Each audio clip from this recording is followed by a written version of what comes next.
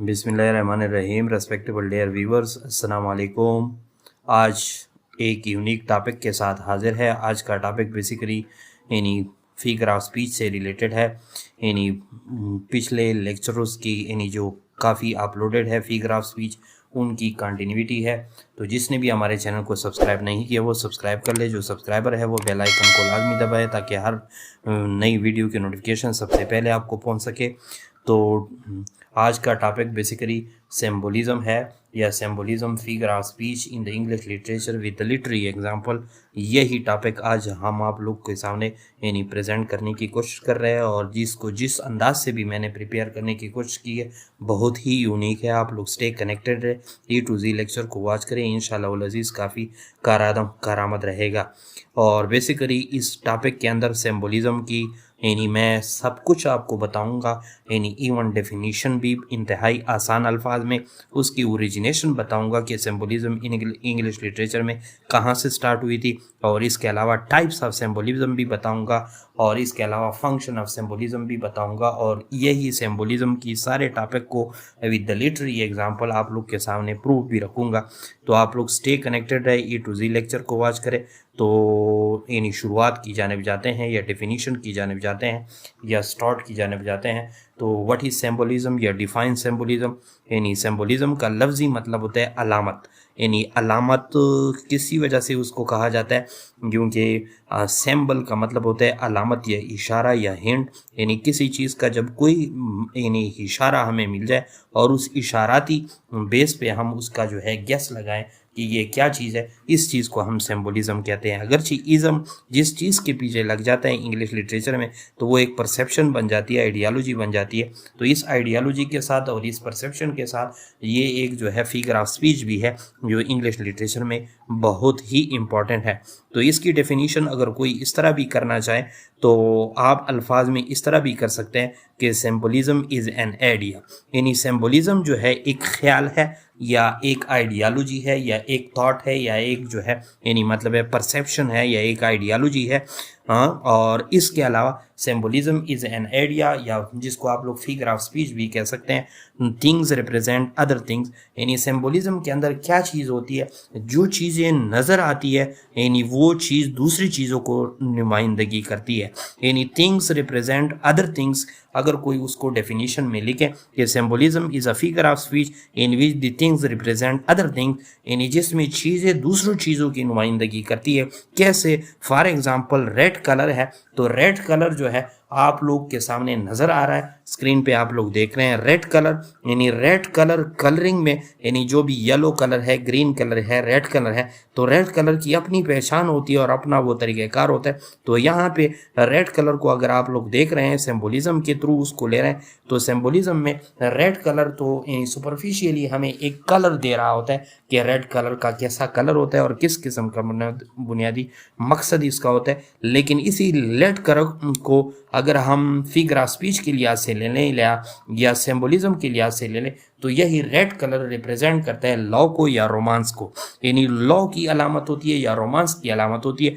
तो यहाँ पर रेड कलर को यानी सिंपली तौर पे अगर आप लोग ले लें तो ये एक चीज़ है जो दूसरों चीज़ों की नुमाइंदगी करते हैं। यानी कैसे दूसरों चीज़ों की नुमाइंदगी करती है? एक ख्याल है जो दूसरों चीज़ों की यानी ख्याल की नुमाइंदगी करती है, या एक ऐसा ख्याल है जो दूसरे यानी एब्स्ट्रैक्ट चीज़ों की, या एब्स्ट्रैक्ट जिसको 5 सेंसेस के ज़रिए मालूम न किया जा सके उसकी नुमाइंदगी कर सकती है यानी करती है। फॉर एग्ज़ाम्पल लॉ या ब्यूटी को आप लोग देखें, यानी रेड जो रिप्रेजेंटेशन देता है अमूमन इंग्लिश लिटरेचर में वो या रोमांस की, या लॉ की, या ब्यूटी की हमारे सामने जो है ये चीज़ रखता है। तो ये बेसिकली यानी आप लोग समझ सकते हैं कि सिंबोलिज्म इज़ एन आइडिया, या जिसको आप लोग फिगर ऑफ स्पीच करते हैं, in which the things represent other things. यानी जिसमें चीज़ें दूसरी चीज़ों को यानी वो करती है, नुमाइंदगी करती है या शो करती है। यानी असल में अगर सिंबोलिज्म को समझा जाए तो सिंबोलिज्म बेसिकली यानी चीज़ और होती है और हिडन मीनिंग उसकी और होती है। जैसा कि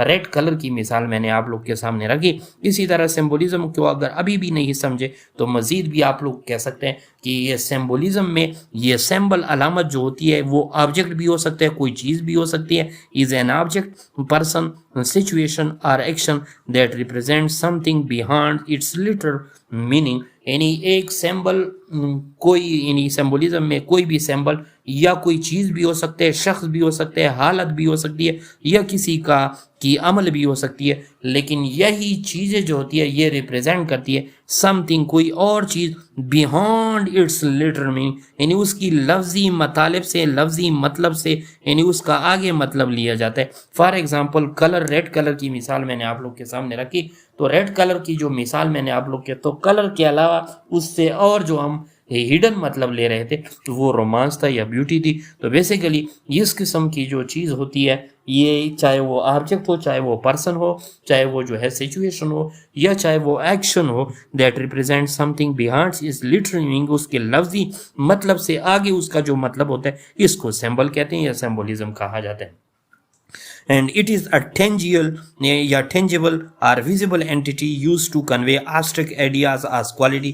अगरचे जब भी ये कोई चीज़ होता है यानी सिंबल के तौर पर हम उसको इस्तेमाल करते हैं, तो ये टेंजिबल और विजिबल एंटिटी होती है, यानी उसको हम 5 सेंसेस के जरिए मालूम कर सकते हैं। जिस तरह रेड कलर मैंने आपको बताया कि रेड कलर को हम देख भी सकते हैं, मालूम भी कर सकते हैं, लेकिन यह अमूमन आगे यहाँ पे चीज़ जो होती है, सिंबल जो होती है, वो तो यानी टेंजिबल होती है, उसको मालूम तो कर सकते हैं, या विजिबल होती है, उसको देख तो सकते हैं, लेकिन आगे जो नुमाइंदगी करती है वो एब्स्ट्रैक्ट या अखज़ की गई ख्यालात की या क्वालिटीज़ की जो है नुमाइंदगी करती है। तो ये तो सिर्फ और सिर्फ सिंबलिज्म की डेफिनेशन में मैंने इतनी वजाहत आप लोग के सामने रखी। अब अगर सेकंड जगह पे आप लोग यानी सेकंड यानी क्लिप की तरफ जाते हैं, जहां ओरिजिनेशन या रूट मॉर्फोलॉजी ऑफ सिंबलिज्म है, यानी what is the root morphology और what is the origination of symbolism. Symbolism basically किस कंट्री से स्टार्ट हुआ था, तो आप लोग जवाब दे सकते हैं फ्रांस से स्टार्ट हुआ था। यानी कब पे स्टार्ट हुआ था? फ्रांस के अंदर एक फ्रेंच लिटरेरी मूवमेंट आया था, उस वक्त ये स्टार्ट हुआ था सिंबलिज्म। और फिर ये कब हुआ था फ्रांस के अंदर? इन 1880 में, इन 1880 में। और फिर उसने ये पॉपुलेशन या उसकी जो यानी पॉपुलर ये कब हुआ था? ये तब इसने यानी गेनिंग पॉपुलर यानी Credence with the publication in 1886। 1886 में एक राइटर है जिसका नाम जेन मोरेस है। इन जेन मोरेस की एक किताब है जिसका नाम मैनिफेस्टो है।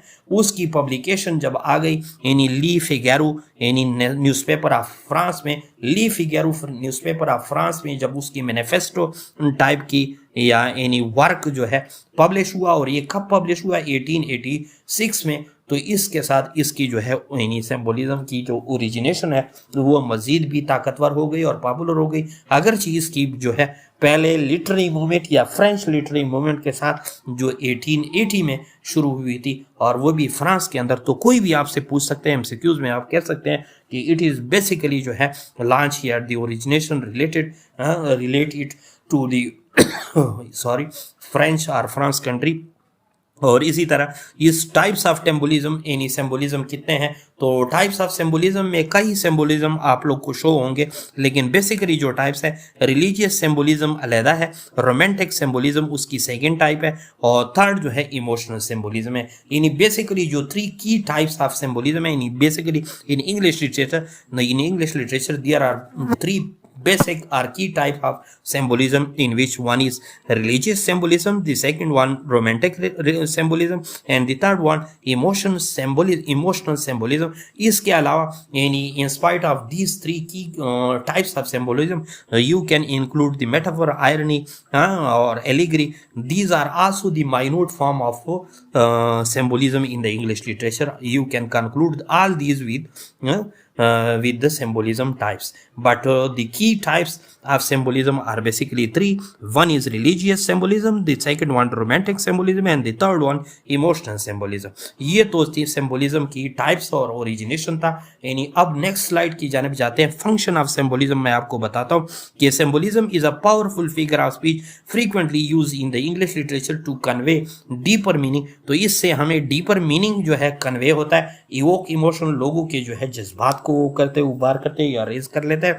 and it involves the use of objects, characters, setting or action to represent abstract idea or concept। तो ये बेसिकली इन तमाम चीज़ों को जो है यानी इस्तेमाल करते हैं, लेकिन वो सारी चीज़ें चाहे वो ऑब्जेक्ट हो, कैरेक्टर हो, सेटिंग हो या एक्शन हो, वो बेसिकली टेंजेबल होंगे या विजिबल होंगे, लेकिन आगे जो वो किस चीज़ की नुमाइंदगी करेंगे वो एब्स्ट्रैक्ट आइडियाज़ या कंसेप्ट की नुमाइंदगी करेंगे। तो सिंबोलिज्म से यानी वो चीज़ जो है और भी मीनिंगफुल बन जाती है, बड़ी पावरफुल बन जाती है और बड़ी जो है डीपर मीनिंग आगे कन्वे करती है। तो यही उसके फंक्शन में था। आगे जो है लिटरेरी एग्जांपल को आप लोग नोट कर ले।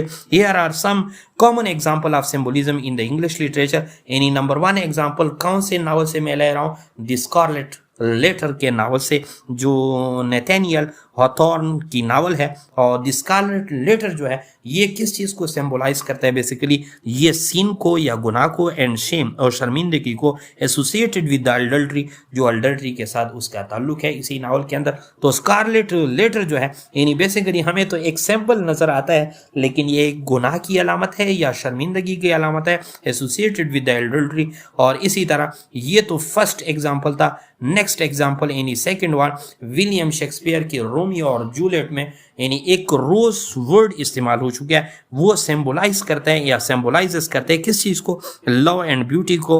और इसी ट्रेजिक सर्कमस्टांसेस के अंदर जो है ये लव को यहाँ पे या ब्यूटी को रिप्रेजेंट करते हैं। ये ऑलरेडी हो चुका है पहले यानी इंट्रोडक्शन में भी। और थर्ड जो है यानी वर्जीनिया वुल्फ के नावल यानी मिस्टर डलवे में क्लार्क की जो पोजीशन है यानी क्लार्क किस चीज़ को सिंबलाइज करता है इस में? यानी द पैसेज ऑफ टाइम, वक्त के गुजरने को, and the inevitability of ageing and mortality, और यानी बुढ़ापे का लाजमी आना या वक्त के साथ बुढ़ापा आना, इसका लाजमीपन होना, एंड मॉर्टेलिटी और फानियत का लाजमी होना। यही क्लार्क जो है यहाँ पे इस चीज़ को सिंबलाइज करते हैं। तो ये तो चंद सैंपल थे लिटरेरी जो एग्जाम्पल के साथ। नीचे जो है professor Saeed Ishfaq Ahmed Shah, hybrid English learning empire.